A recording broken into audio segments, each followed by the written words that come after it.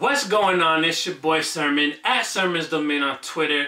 Yesterday, J. Cole made his triumphant return and announced a brand new album, his fifth one, titled K.O.D. Initially, it was just J. Cole posting up a flyer. If you're in New York, come out to this event. People didn't know what to expect, but they kind of knew that it would be some kind of like listening session for his new album. It just made the most sense. After the listening session was over, J. Cole went back to Twitter to announce a release date for K.O.D. this upcoming Friday on 4/20. How is that for a great start to the week? We don't have to wait long for this album. I feel like that's a good thing because J. Cole has created all this hype, and all the people that attended have been talking about the album and thus spreading all the information out there. So I wanted to gather what I found on social media and through a couple articles. Shout out to DJ Booth. I wanted to discuss some of the stuff that's out there regarding this album. There are a few snippets floating around, but I listened to one just because I was curious. But I'm not going to like go in depth and talk about the snippet as if I've heard the whole song. It does sound different than everything that we've heard from J. Cole in the past. Which brings me to like the production. A lot of people said the production was menacing and that there was more 808s. You can hear it in that snippet. Again, gotta stop bringing that snippet up though. So the production definitely sounds like it's going to be a different direction for J. Cole, and that's good. I think one of the biggest knocks on J. Cole is that his production really isn't up to par with his skill sometimes. He makes good beats, but I feel like he needs to expand at times. And this album sounds like he's doing just that. I saw a tweet that said that he's experimenting with different flows throughout the album. And I think when you take into account the production being different, it makes perfect sense for J. Cole to step out of, you know, his usual element, his comfort zone per se, and try something different. And B-Dot, he was on Twitter and he gave us a lot of information. Well, first and foremost, I should have discussed this in the beginning. What does K.O.D. stand for?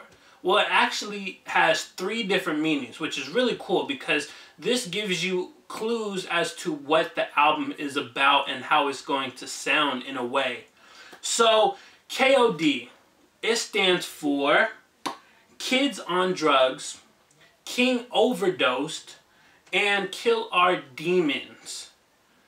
That's pretty cool. I like how they all tie into each other. The album itself was mostly created in about 2 weeks. According to DJ Booth, from one of their writers' recollection, J. Cole was in Australia working on this album for 2 weeks and pretty much completed most of it. And then there was little tweaks afterward here and there. There were a couple songs that he felt weren't up to par with the others. And if he were to make those songs even better, he felt like he had a classic album on his hands. And that right there, man, that's some real big hype. For him to say something like that, yeah, that puts a lot of pressure on him, in a sense. Maybe not pressure on him, but pressure on the public when they listen to this album. According to various reports, the album is 12 tracks, 11 songs in 1 skit. The really cool and most intriguing part of that is track 11 is the outro for this album, which means track 12 is for something entirely different. J. Cole seemed reluctant to play this song, but it's part of this album.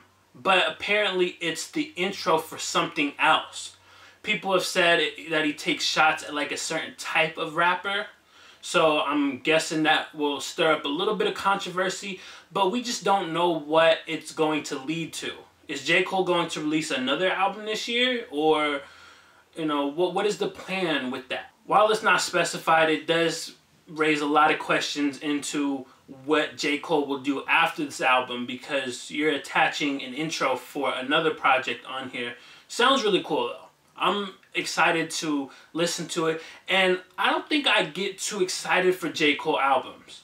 I anticipate him a little bit, just like anybody else. Like, oh, cool, J. Cole's coming out with an album. But after seeing all this information, this might be the first time that I'm truly, like, excited. I like to believe that the people that I follow on Twitter, and some of the sites that I read, that they're trustworthy, that I can trust their opinion. So if they're hyping this album up, if they're saying J. Cole's snapping and it might be his best album yet, I'm inclined to trust their judgment. The last big question about this album, will there be any guest features? The answer to that is no features. Again, J. Cole is going to go platinum, no features. And according to another source, my guy CRS_1 on Twitter, he said that it'll make sense once we hear the album why he doesn't do any guest features. So I'm guessing J. Cole has a line or two about why he doesn't want to work with anybody on these albums. It kind of makes sense when you look at some of the albums and the structures of them. They're very personal and they don't really leave room for a guest feature. But I'm interested to hear what J. Cole's actual explanation will be. One more thing that I saw was a quote from the album. The only line that I was able to find. It goes, "Just remember what I told you when your shit flop. In 5 years you'll be on Love and Hip Hop." It sounds to me like that might be off the record, track 12, the one that's going to be the intro to the next project. Because, again, attacking a certain type of rapper, it makes sense. J. Cole will get that kind of aggression out there, ruffle the feathers. That is definitely a hard-hitting line right there. Very, very cold. Aside from that, though, there's not too much more information out there. There isn't a track listing yet. There isn't a cover. I don't know if we'll get that stuff prior.